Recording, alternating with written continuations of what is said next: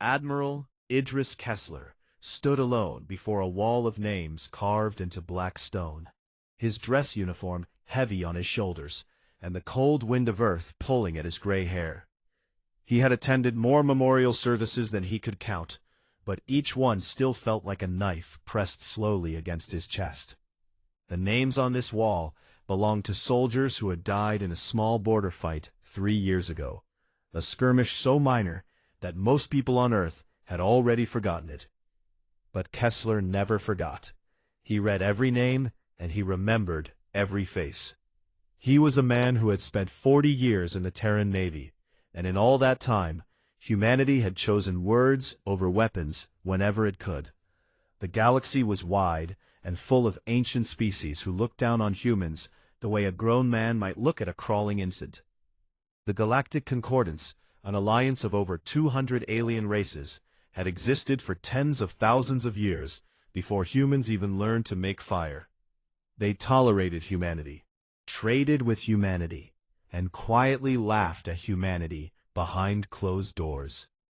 Kessler knew all of this, and it burned inside him like a slow fire. But he also understood why Earth chose peace. It was not because humans were afraid. It was because they knew what war truly cost. 12,000 light-years away, on a green and golden world called New Cascadia, a woman named Dr. Lena Vasquez sat on the porch of her small home and watched her daughter chase fireflies through the tall grass. The sky above them was painted in shades of lavender and soft orange as the twin suns began to set. Lena held a recording device in her hand and spoke quietly into it, sending a message to her sister back on Earth. "You would love it here, Sarah. The air smells like rain and wildflowers, and Mia is growing so fast. She started school last month, and already she wants to be a starship captain." Lena laughed softly and shook her head. "I know you worry about us being so far from Earth, but this place is safe. It is quiet. Nothing bad happens here." New Cascadia was home to 11 million people. It was a farming world, a place where families came to build simple lives, far from the noise and politics of the inner colonies. There was a small defense garrison in orbit, just a handful of old frigates and a few ground batteries. Nothing serious, because there had never been a reason for anything serious. The frontier was peaceful. The Vraxith Dominion, whose territory sat just a few star systems away, had never shown any interest in the little human colony. That changed in an instant. The first warning came from the orbital garrison commander, a young officer named Captain Yara Shin. She was running a routine sensor sweep when her screen suddenly filled with red signatures dropping out of hyperspace. Dozens of them. Hundreds, then thousands. "What in the name of?" she whispered, her blood going cold. The ships were Vraxith, a massive war fleet bristling with weapons and arranged in an attack formation that left no room for doubt about their intentions. There were over 2,000 warships, each one larger and more heavily armed than anything in the colony's tiny defense force. Captain Shin opened every communication channel she had. She broadcast on all frequencies, civilian and military, begging for a response from the incoming fleet. She asked them to identify themselves. She asked them their intentions. She asked them to stop. There was no reply. The Vraxith opened fire without a single word. The first volley struck the orbital garrison and tore it apart like paper. Captain Shin and her crew were dead before they could even reach their escape pods. The frigates broke apart in flashes of white light, and the debris rained down through the atmosphere like falling stars. Then the bombardment began.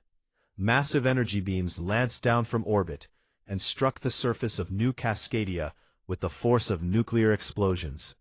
City of Avalon was hit first. A beam of blue-white fire punched through the atmosphere and struck the city center. And in a single heartbeat, 300,000 people ceased to exist. The blast wave flattened everything within 50 kilometers, turning buildings into dust and forests into ash. More beams followed, one after another after another. The city of Heron Bay was next, then Millfield, then Port Vasquez. Lena heard the sky crack open above her, and she grabbed Mia and ran. But there was nowhere to run. The ground shook beneath her feet, and the horizon turned white. She held her daughter against her chest and whispered that she loved her. And then the light swallowed everything. Across the planet, 11 million voices cried out in terror and confusion and pain. Distress signals erupted from every settlement, overlapping and desperate, filling the airwaves with screams and pleas for help that no one would ever answer. The bombardment lasted less than 2 hours. It was over. New Cascadia was silent. The green fields were black and burning. The oceans boiled at their edges. The cities were nothing but glass craters, glowing faintly in the dark. Every man, woman, and child on the planet was dead.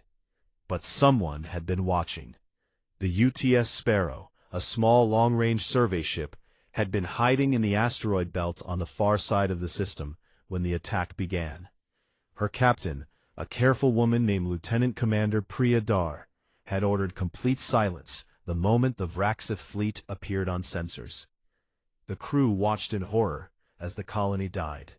They recorded everything, every ship, every weapon fired, every second of the massacre. When the Vraxith fleet finally turned and jumped away, Priya sat in her command chair with tears running down her face and her hands shaking. She looked at her crew, and she saw the same broken expression on every face. "Set course for Outpost Sentinel," she said, her voice barely above a whisper. "Maximum speed. We have to show them what happened here." The Sparrow jumped to hyperspace and ran. 48 hours later, the footage reached Earth. It played on every screen in the Terran Grand Parliament, a vast chamber where the representatives of all 43 human systems gathered to govern. The recording showed the Vraxith fleet arriving, the bombardment beginning, and the planet burning. The audio was the worst part, because it carried the distress calls, the voices of ordinary people begging for help in their final moments. One transmission cut through the silence of the chamber more sharply than any other.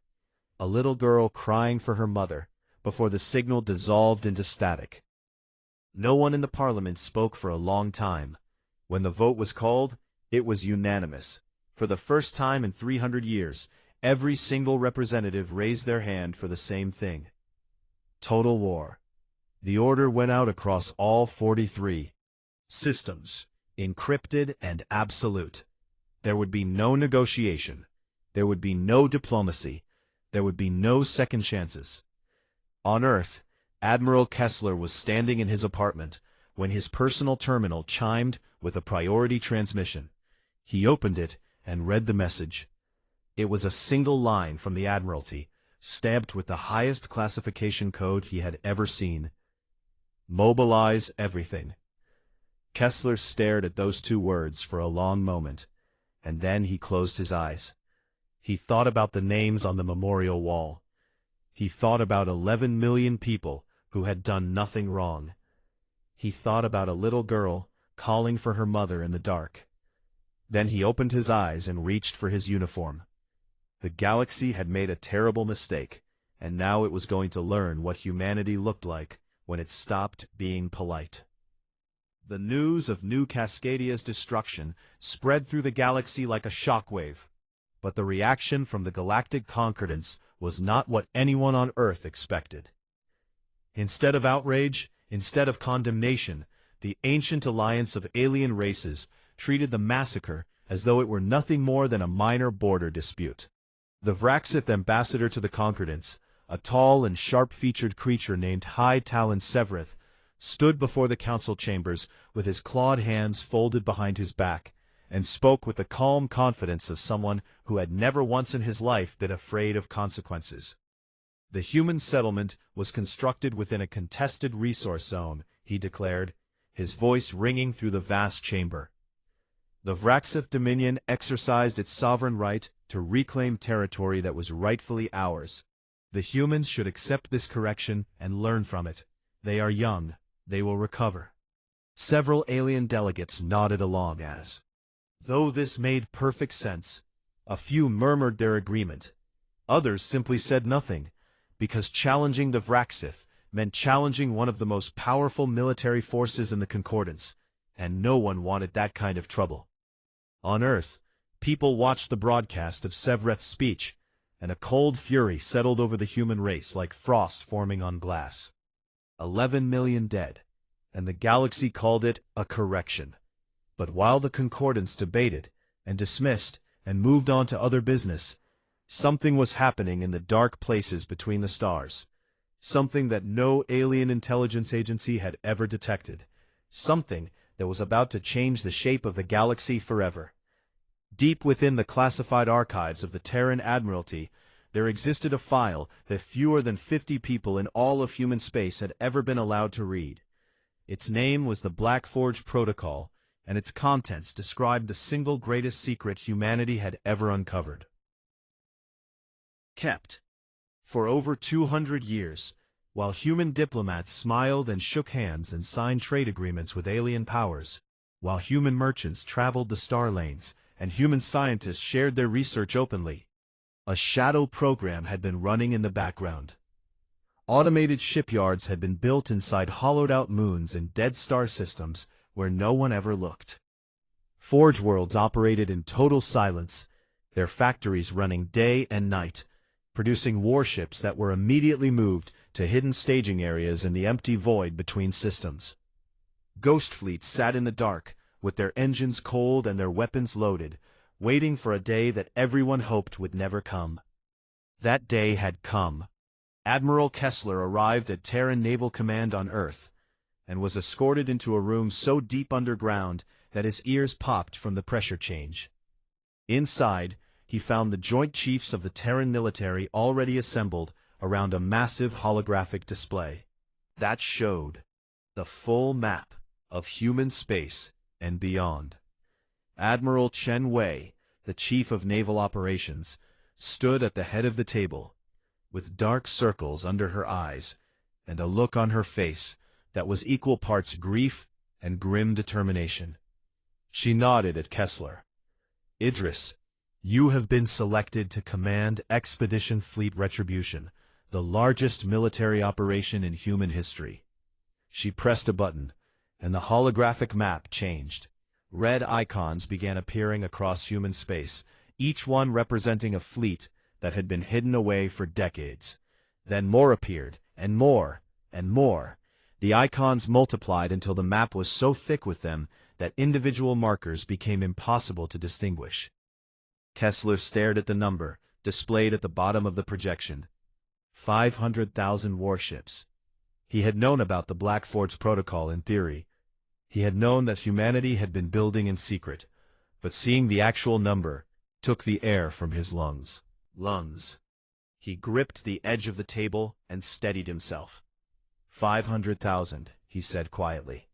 500,000 and change, Admiral Chen confirmed. Dreadnoughts, battle cruisers, carriers, destroyers, stealth frigates, siege platforms, and enough strike craft to blot out a star. The Concordance's best estimate of our fleet strength is somewhere between 5 and 10,000 ships. They have no idea what is coming. Across the 43 systems of human space, the activation orders went out, and the greatest military machine the galaxy had ever seen began to wake up. In the Sigma Draconis system, a dead moon cracked open along its equator, and a river of warships poured out into the void, their hulls still cold from centuries of storage. In the Captain star system, an asteroid field that had been flagged as unremarkable on every star chart suddenly came alive with engine signatures, as 300 destroyers powered up simultaneously. Between Sol and Alpha Centauri, a ghost fleet of 40 dreadnoughts, each one over 8 kilometers long, lit their engines for the first time and began to move. The ships converged from every direction, flowing through hyperspace lanes toward a single point, the Acheron Threshold, a dead star system that sat on the border of Vraxith space. It had no planets, no stations, no value of any kind. It was simply a dark and empty place, and that made it perfect. Kessler boarded his flagship, the UTS Wrath of Cascadia, a super dreadnought that stretched 12 kilometers from bow to stern. It was the largest warship humanity had ever built, a mountain of armor and weapons wrapped around an engine core that could power a small star. Its bridge was a vast, quiet chamber filled with holographic displays and staffed by the best officers in the fleet. As the armada gathered at the Acheron Threshold, Kessler stood on that bridge and looked out through the forward observation windows. At a sight that made his heart pound, warships stretched in every direction as far as he could see, their running lights creating a field of stars that rivaled the galaxy itself. Carriers the size of small cities drifted alongside sleek battle cruisers. Destroyers moved in tight formations like packs of wolves. Siege platforms, massive and slow and bristling with planet-killing weapons, lumbered into position at the center of the fleet. 500,000 ships, crewed by millions of men and women, who had all seen the footage from New Cascadia, who had all heard that little girl's voice crying in the dark. Kessler activated the fleet-wide communication channel, and his voice reached every ship, every crew member, every soul in the armada. "This is Admiral Kessler. I will keep this short. 11 million of our people were killed without warning and without mercy. The Vraxith believe we are weak because we chose peace. They believe we are small because we chose kindness.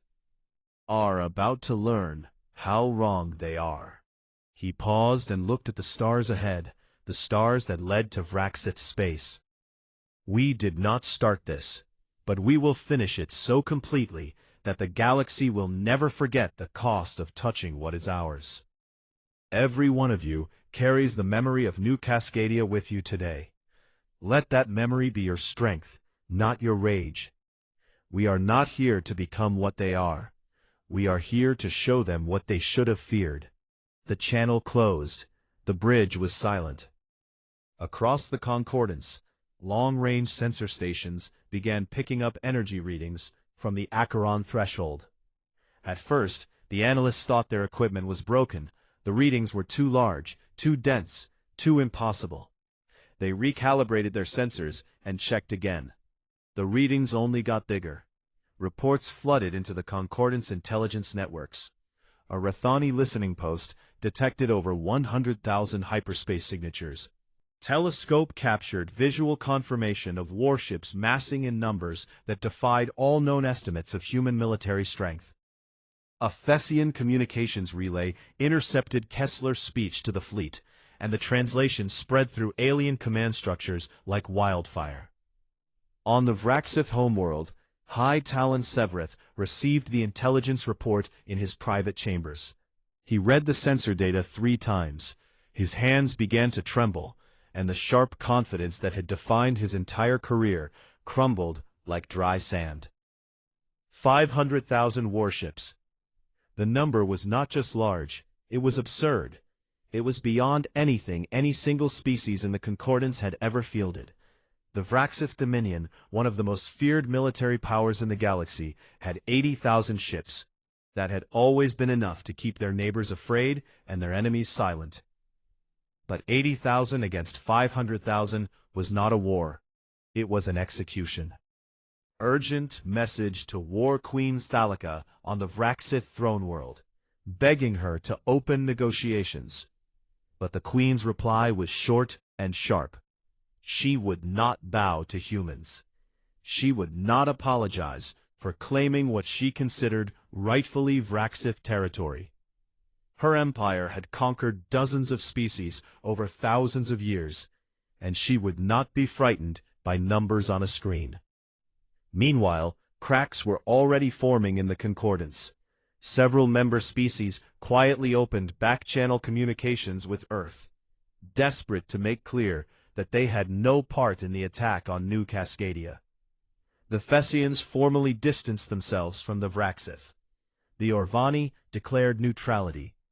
The Rathani sent a private message to the Terran Parliament, expressing deep regret, and asking that human ships please not enter their space. The alliance that had stood for millennia was breaking apart, and the war had not even started yet. At the Acheron threshold, the Armada completed its formation, a wall of steel and fire that stretched across the void. 500,000 engines burning in the dark, like a galaxy being born. Admiral Kessler gave the order. All ships, jump. 500,000 warships leaped into hyperspace in perfect unison, and the energy release was so massive that it registered on sensors halfway across the galaxy. Humanity was coming, and it was bringing everything it had. On the Vraxith throne world of Calith Prime, War Queen Thalica stood in her war chamber and studied the holographic display that showed the positions of her empire's forces. She was an imposing figure, nearly 3 meters tall, with armored scales of deep crimson and eyes like polished obsidian. She had ruled the Vraxith Dominion for over 60 years, and in that time she had crushed rebellions, conquered 3 lesser species, and expanded her territory by force whenever she saw fit. She had never once in her life retreated from a fight. She intended to keep that record perfect. 80,000 ships, she said to her war council, her voice deep and steady. We will arrange them in a layered defense across the Cathara systems, 3 lines deep, with our heaviest dreadnoughts anchoring the center. The humans have numbers, but numbers alone do not win wars. We have fought and won against larger forces before. Her senior commanders shifted uncomfortably, but none of them dared to disagree. The Vraxith were a proud species, raised from birth to believe that strength and dominance were the highest virtues. Surrender was not a word that existed in their language, and retreat was considered a fate worse than death. But privately, in the quiet corridors of the War Ministry, fear was spreading like a disease. No one spoke it aloud, but every officer who had seen the sensor data knew the truth. 80,000 against 500,000 was not a battle they could win. The humans were not sending a punitive fleet or a raiding force. They were sending everything, an armada so vast that it bent the mind to think about it. While the Vraxith prepared for war, the Galactic Concordance descended into chaos. An emergency session was called in the Grand Council chamber on the neutral world of Thessia Prime. Representatives from over 200 species packed the enormous hall, their voices rising in argument and accusation. Some demanded that the Concordance unite against humanity, pooling their fleets into a combined force that could match the human numbers. Others demanded that the Vraxith apologize immediately and offer reparations before the entire Concordance was dragged into a conflict it could not afford. A few simply sat in stunned silence, still unable to process the fact that the species they had dismissed as harmless children was now fielding the largest war fleet in galactic history. The debate raged for hours and went nowhere. Every species had its own interests and its own fears, and no one could agree on anything. The Vraxith delegation insisted that the Concordance was bound by treaty to defend any member state that came under attack. The Thessians argued that the treaty did not apply when the member state in question had started the conflict by committing an unprovoked massacre. The Rathani refused to commit any ships at all. The Orvani walked out entirely. Ambassador Elena Ortiz had served as humanity's representative to the Concordance for 12 years. She was a small woman with silver-streaked dark hair and calm brown eyes, and she had spent her career navigating the politics of species that considered her kind barely worth speaking to. She had endured condescension and dismissal and quiet insults with grace and patience, always smiling, always diplomatic, always professional. She was not smiling today. The chamber fell silent as she walked to the central podium, every eye and sensor and optical organ in the room fixed on her. She carried nothing except a small holographic projector in her left hand. She placed it on the podium, and looked out at the assembled representatives of the galaxy's most powerful civilizations. "I will not be long," she said, and her voice was steady and clear and completely without warmth. "For 12 years I have stood in this chamber and listened to your debates, listened to your speeches about peace and cooperation, and the shared destiny of all civilized species. I have listened to you congratulate yourselves on building an alliance that has endured for millennia. And I believed you. I believed that the Concordance stood for something." She paused. "Then the Vraxith killed 11 million of my people, and I listened to this chamber call it a correction." The silence in the room was absolute. Ortiz activated the holographic projector. A small figure appeared above the podium, flickering and translucent. It was a recording, pulled from the distress transmissions of New Cascadia. The figure was a child, a little girl no more than 6 years old, standing in what looked like a school hallway, with smoke pouring through the windows behind her. The audio played, and the child's voice filled the Grand Council chamber. "Mama? Mama, where are you?" "I am scared, Mama. The sky is on fire, and I cannot find you. Please come find me, Mama, please." The transmission cut to static.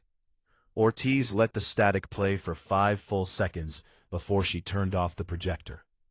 The silence that followed was heavier than gravity itself. Several delegates looked away. A Thessian representative covered her face with her hands. "Her name was Mia Vasquez," Ortiz said quietly. "She was 6 years old. She liked fireflies, and she wanted to be a starship captain when she grew up."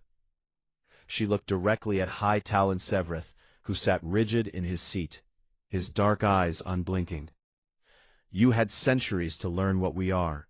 You chose to see us as soft, because we chose peace. You chose to see us as weak, because we chose kindness." Her voice did not rise, but something in it hardened like steel cooling in cold water. "We did not choose peace because we were weak. We chose it because we knew what we would become if we did not." Podium. "Humanity withdraws from the Galactic Concordance, effective immediately. We have nothing more to say to you."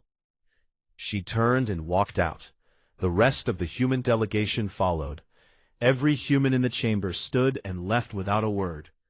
And when the doors closed behind them, the Grand Council chamber erupted into shouting and panic. But it was too late. The time for talking was over. Aboard the UTS Wrath of Cascadia, Admiral Kessler sat in his command chair and reviewed the tactical intelligence that his scouts had gathered on the Vraxith defensive positions. The fleet was deep in hyperspace now, hurtling toward Vraxith territory at speeds that compressed the stars into smeared lines of light outside the observation windows. His tactical AI, a system called Athena, projected a 3-dimensional map of the Vraxith border systems. The enemy had arranged their 80,000 ships in a layered defense across 3 star systems: Cathara, Vorath, and the Outer, approaches to their homeworld. Each system was fortified with orbital weapons platforms and minefields, and the Vraxith fleet was positioned to create overlapping fields of fire that would make a direct assault extremely costly. "They are expecting us to attack head-on," Athena said, her voice cool and precise. "Their formation is optimized to repel a frontal assault. They have not accounted for our numerical advantage, because they still do not believe the numbers are real." Kessler studied the map. "Show me Operation Avalanche." The display shifted. 3 massive arrows appeared on the map, each one representing a human fleet group attacking from a different direction simultaneously. The plan was simple in concept, but devastating in execution. Hit the Vraxith from 3 sides at once, overwhelm their ability to coordinate, and collapse their defensive lines system by system. "Avalanche is designed to end this in 72 hours, Athena explained. "Losses. The Vraxith are skilled fighters, and their ships are powerful, but the outcome is not in question." Kessler nodded. He had known that from the moment he saw the fleet strength numbers. This was not going to be a war in the traditional sense. Wars implied uncertainty, a chance that either side might win. This was going to be a reckoning. In the hangar bays of the carrier UTS Iron Mountain, Lieutenant Rami Osei checked his fighter for the third time that day. He was a young man, 26 years old, with dark skin and steady hands, and eyes that carried a weight far beyond his years. He had grown up on New Cascadia's sister colony, a world called Meridian, and his 3 cousins had lived on New Cascadia. 2 of them had been in Avalon when the bombardment hit. The third had been on a farm outside of Millfield. None of them had survived. Osei did not talk about it. His squad mates had learned quickly not to ask. The rage that other pilots carried openly, the shouting, the cursing, the promises of vengeance, was absent in him. What lived inside Rami Osei was something quieter and far more frightening. It was a cold and patient resolve, the kind of stillness that a blade has just before it falls. He climbed into his cockpit, ran his pre-flight checks, and waited. The fleet dropped out of hyperspace at the edge of Vraxith territory, and suddenly the void was full of ships, stretching in every direction, a metal ocean so vast that the mind could not hold the scale of it. Ahead of them, the Vraxith defensive line waited, 80,000 warships arranged in a wall of steel and energy shields, ready to fight. Kessler opened a single short-range communication channel directed at the Vraxith fleet commander. He spoke 7 words in a voice that carried no anger, no heat, and no mercy. 11 million dead. What comes next is yours. He closed the channel. Then, he looked at his operations officer and gave the order that would change the world. Galaxy forever. Avalanche begin. 500,000 ships surged forward, and the stars themselves seemed to tremble. The Battle of Cathara began with a silence that lasted exactly 4 seconds, the time it took for the light of 500,000 engine flares to cross the void and reach the sensors of the Vraxith defensive line. Then the silence ended, and the largest military engagement in the history of the galaxy erupted across 3 star systems simultaneously. In the Cathara Nebula, the first trap was sprung, but not by the side that had set it. The Vraxith had hidden a fleet of 12,000 ships inside the dense gas clouds of the nebula, waiting for the human vanguard to push through so they could strike from behind. It was a classic ambush, well planned and well executed, and against any other enemy it might have worked. But Athena had predicted this move 16 hours before the battle began. Human scout drones had mapped every energy signature hiding in the nebula's folds, and Kessler had adjusted his plan accordingly. The human vanguard, a force of 15,000 destroyers and battle cruisers, pushed into the nebula exactly as the Vraxith expected. The hidden fleet sprang its trap, surging out of the gas clouds with weapons blazing, and slamming into the human formation from 3 sides. For a brief and terrible moment, it looked like the ambush might work. The vanguard ships took heavy fire, and several hundred were destroyed in the opening salvo, their hulls cracking open and spilling atmosphere and crew into the void. But the vanguard did not retreat. It did not even slow down. Instead, the human ships pushed deeper into the engagement, drawing the Vraxith ambush fleet further and further out of position. And then, behind the Vraxith, the nebula lit up with the engine signatures of 40,000 human warships, dropping out of hyperspace in a perfect encirclement. The hunters became the hunted. The Vraxith fleet commander in the nebula realized what had happened, and tried to break out. But there was nowhere to go. In from every direction, their weapons firing in coordinated volleys that tore through Vraxith's shields and armor with systematic precision. The battle in the nebula lasted 90 minutes. When it was over, all 12,000 Vraxith ships were destroyed or disabled, and the nebula itself glowed with the light of burning wreckage. The cost to the human fleet was heavy, nearly 2,000 ships lost and many more damaged. But 2,000 out of 500,000 was a wound the Armada could absorb. The Vraxith could not replace 12,000. In the Vorath system, the second prong of Operation Avalanche struck the Vraxith's outer defensive ring. A force of 18,000 Vraxith warships had formed a tight formation around the system's main space station, a massive orbital fortress that served as the primary command center for the entire defensive line. Human siege platforms, enormous weapons platforms that moved slowly but hit with the force of small stars, took up positions at extreme range and began firing. The first siege round struck a Vraxith dreadnought and punched clean through its shields, its armor, and its reactor core.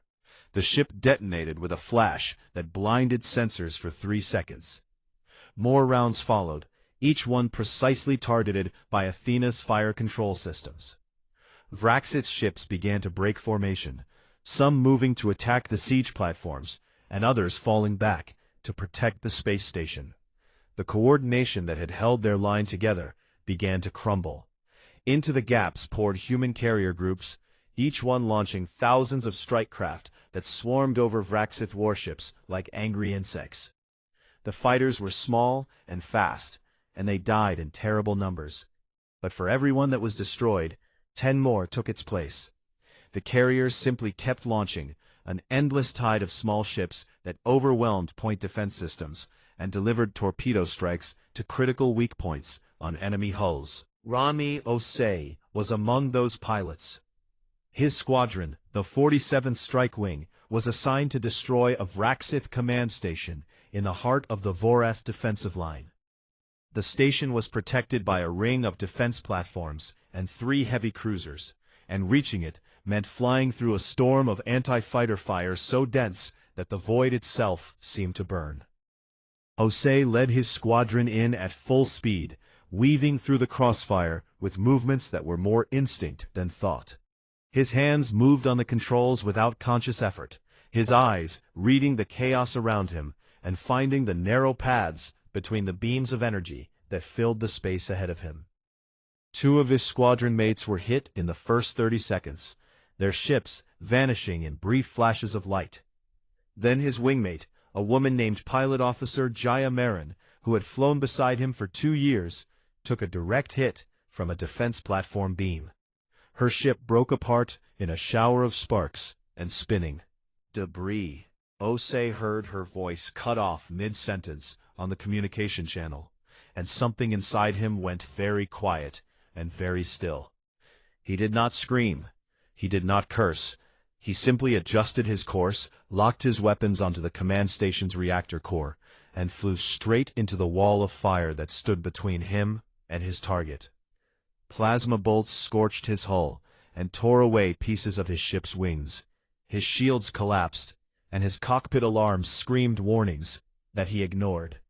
He fired his torpedoes at point-blank range and pulled away so hard that the G-forces turned his vision gray.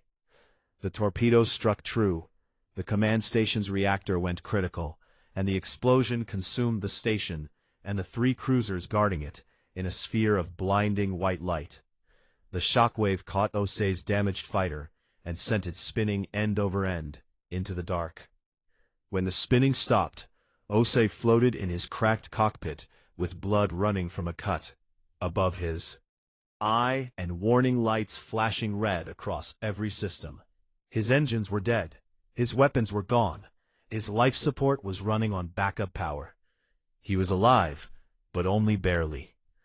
In the silence of his ruined cockpit, he whispered the names of his cousins, one by one. Then he closed his eyes and waited for rescue. Back on the flagship, Kessler watched the battle unfold across 3 holographic displays, each one showing a different theater of the engagement. The Vraxith were fighting hard. He had to give them that. They were not cowards, and they were not fools. Their pilots were brave, their commanders were experienced, and their ships were powerful. Under different circumstances, against a different enemy, they might have held their ground. But the numbers were simply too overwhelming. For every Vraxith ship that destroyed a human vessel, 6 more took its place. For every defensive line they held, 2 more collapsed under the weight of the assault. Coordinated by Athena across all 3 theaters simultaneously, adapted in real time to every Vraxith maneuver.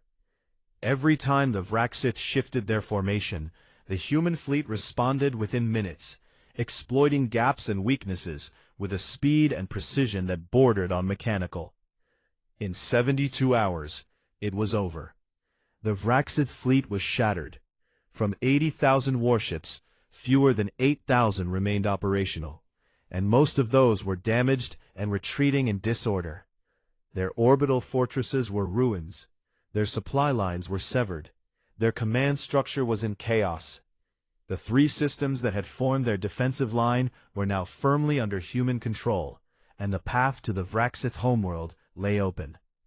On Calith Prime, War Queen Thalica received the final casualty reports, and for the first time in her 60-year reign, she felt something break inside her.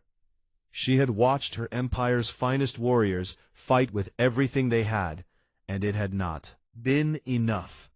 The humans had not won through trickery or luck. They had won through sheer, unstoppable force, applied with a cold precision that was more terrifying than any rage.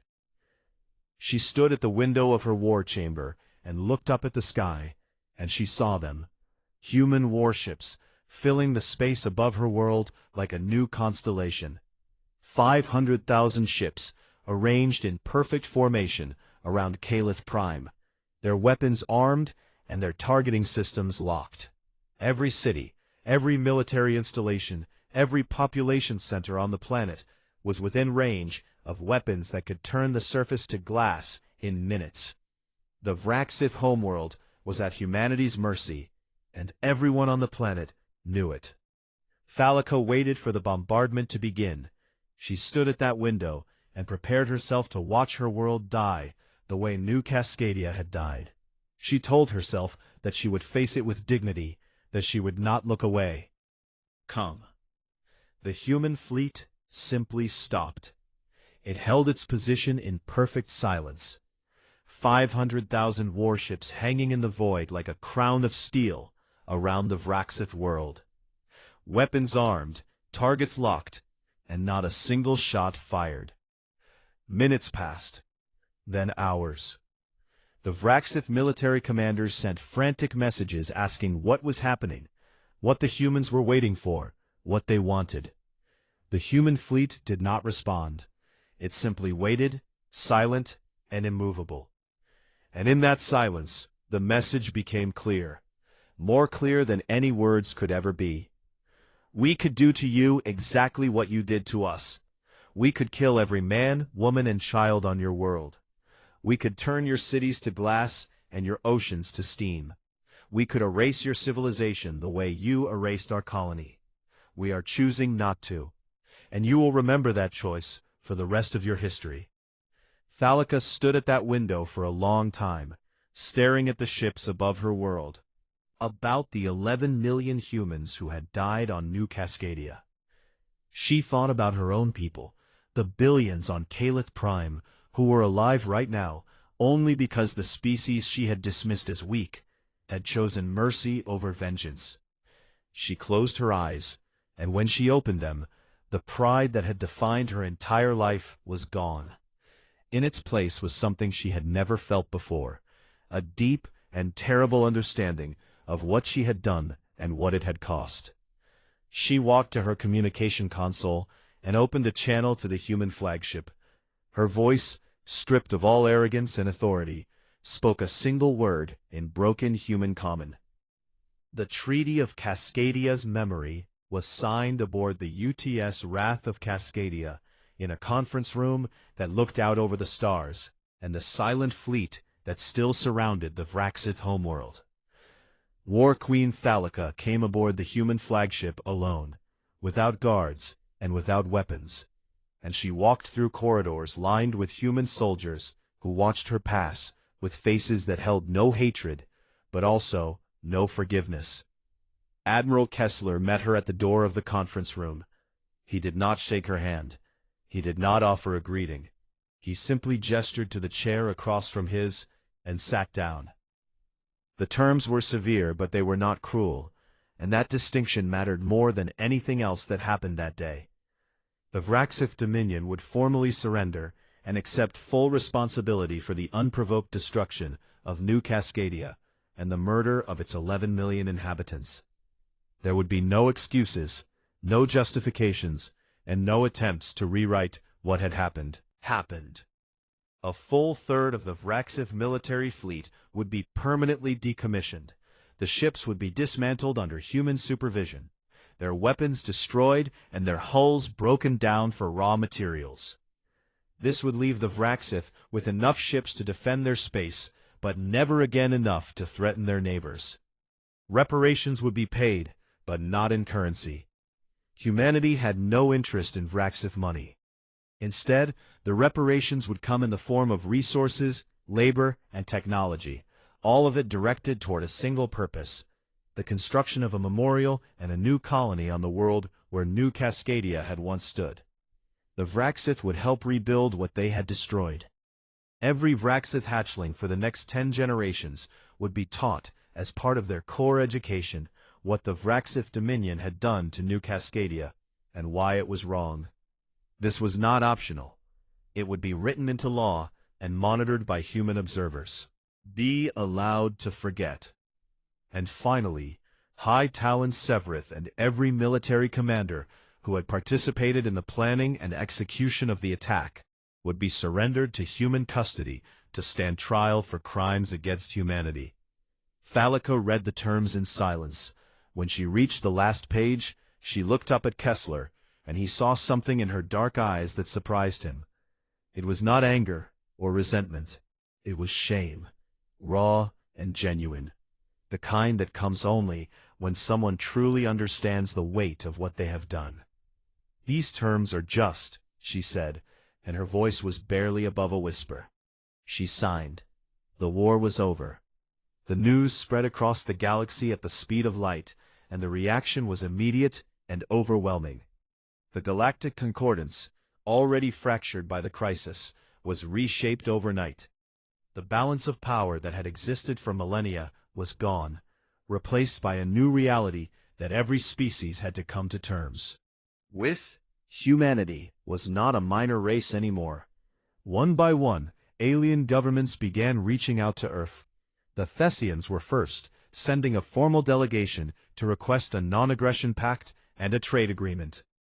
The Orvani followed, then the Kelathi, then the Rathani. Within months, over 40 species had signed agreements with the Terran Confederation, and the number was growing. But the most surprising development came from the smaller species, the ones who had spent centuries living in fear of their larger neighbors. The Valani, a gentle race of artists and philosophers who had been bullied by the Vraxith for generations, sent a quiet message to Earth, asking if humanity would be willing to extend its protection to them. Others followed, the Draenei, the Sethuri, the Korathi. Small civilizations that had never had a champion in the Concordance, and now saw in humanity something they had never expected to find. Not a conqueror, not an empire, not another bully with bigger ships. They saw a protector, a species that had the power to destroy everything, and chose to build instead. Admiral Kessler returned to Earth to a hero's welcome. The streets were lined with people, millions of them, cheering and waving flags and holding signs that bore the names of New Cascadia's lost cities: Avalon, Heron Bay, Millfield, Port Vasquez. Kessler rode through the crowds in an open vehicle, and he waved and he nodded, but he did not smile. That night, alone, he went to the new memorial that had been built in Geneva. It was a vast wall of black stone, much like the one where this story began, but immeasurably larger. 11 million names were carved into its surface, each one illuminated by a tiny light that made the wall glow like a field of earthbound stars. Kessler walked along the wall slowly, reading names, until he found the one he was looking for: Dr. Lena Vasquez, and beneath it, in smaller letters, Mia Vasquez, age. He stood before those two names for a very long time. He did not speak. He did not cry. He simply stood there, a tired old soldier in the dark, paying his respects to a woman and a child he had never met, but whose deaths had set the galaxy on fire. Somewhere in the back of his mind, he heard the ghost of Mia's voice from that final transmission, calling for her mother. He would hear it for the rest of his life. He knew that, and he accepted it. On the other side of human space, Lieutenant Rami Osei stood in a hospital ward, his arm in a cast, and his face still bearing the scars of his battle at Vorath. The doctors told him he was lucky to be alive. He did not feel lucky. He felt empty, hollowed out like a tree struck by lightning, still standing, but changed forever. When they asked him where he wanted to be stationed after his recovery, he did not hesitate. New Cascadia, he said. I want to be part of the garrison that protects the new colony. Commanding officer looked at him for a long moment, and then nodded. The transfer was approved. Osei arrived on the world that had once been New Cascadia 6 months later. The surface was still scarred, the glass craters still visible from orbit, but green things were already beginning to grow in the spaces between the ruins. A small settlement had been established near the site of what had once been Avalon, and construction crews, both human and Vraxith, working side by side as the treaty required, were laying the foundations for new buildings. At the center of the settlement stood the memorial, a vast garden built over the largest of the glass craters. Flowers from 100 worlds grew there, and at its heart stood a monument of white stone, carved with 11 million names and crowned with a single word, remember. Osei walked through the garden on his first day, and he stopped at the monument, and he found the names of his 3 cousins. He touched each name with his hands, fingers, and he stood there, in the wind and the silence and the sunlight, and he made a quiet promise that no one would ever hurt this place again. End of sentence. 50 years passed. The galaxy changed in ways that no one had predicted. Humanity did not become an empire. It did not conquer or expand by force. Instead, it became something that the galaxy had never seen before. A civilization that used its enormous power to protect rather than dominate. The Terran Confederation grew not through war, but through trust, as more and more species chose to align themselves with the race that had shown mercy when it had every reason to choose destruction. The Vraxith changed too. It was slow and it was painful, but generation by generation, the lessons taught in their schools began to take root. Young Vraxith grew up learning about New Cascadia, not as a military embarrassment, but as a moral catastrophe, a stain on their civilization that they had a duty to understand and never repeat. 50th anniversary of the massacre. A young Vraxith diplomat named Ketharis traveled to the New Cascadia Memorial. She was the granddaughter of a soldier who had served in the fleet that destroyed the colony. She had grown up with the weight of that knowledge pressing on her shoulders, and she had spent her entire life trying to understand how her people had been capable of such a thing. She walked through the garden with slow and careful steps, her crimson scales dull in the soft afternoon light. In her clawed hand she carried a mourning stone, a Vraxith tradition, a small carved rock that represented grief and the acceptance of responsibility. She placed it at the base of the central monument, among hundreds of other mourning stones that Vraxith visitors had left over the years. A human child, a little girl of about 6 years old with wild curly hair and bright, curious eyes, watched her from a nearby bench. The girl hopped down and walked over to the Vraxith diplomat, with the fearless curiosity that only children possess. "What is that?" the girl asked, pointing at the mourning stone. Ketharis knelt down so that she was at eye level with the child. Her dark eyes glistened. "It means we remember," she said in perfect human common, "and we are sorry." The little girl looked at the stone, then looked at Ketharis, and then she did something that made the Vraxith diplomat's breath catch in her throat. She reached out and took Ketharis's clawed hand in her small human one and held it. They stood there together in the garden, the alien and the child, surrounded by flowers and memory, and the quiet hum of a world that had been destroyed and reborn. Far above them, a Terran patrol fleet passed across the sky in formation, their engines leaving brief trails of light against the blue. Their presence was a reminder, quiet but unmistakable, that this world and its people would never be unprotected again. Across the galaxy, in every war college, on every world, in every species' strategic doctrine, there was now a single rule that was taught before all others. It was carved into walls and written into textbooks, and spoken as a warning from elder to chill.